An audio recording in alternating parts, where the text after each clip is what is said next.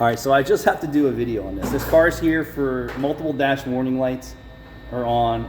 Customer's not sure what the problem is. This is a wholesale job.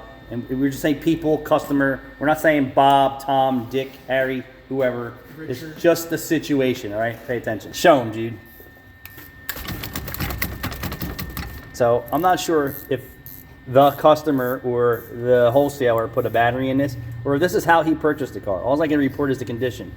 It's saying that it has voltage issues, and it's also saying there's a brake fluid level sensor problem or something else like that. And I was like, okay, well, let's open the hood and let's take a closer look here. But if you're putting your battery in and you don't clean the terminals off, of course you're going to have voltage issues.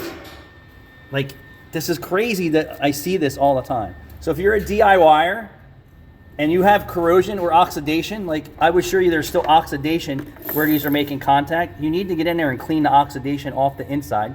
You don't really have to worry about the outside, but the inside where the lead makes contact to the terminal.